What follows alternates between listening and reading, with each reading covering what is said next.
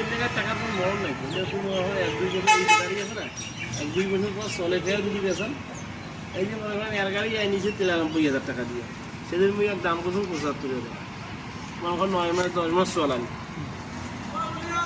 এখানে হিসাব পেয়েছে কি এই গাড়ি না তোমার এগুলোটাই আনতে সময় লাগে, একটা মজা মজা করে দিলে গাড়ি মজা।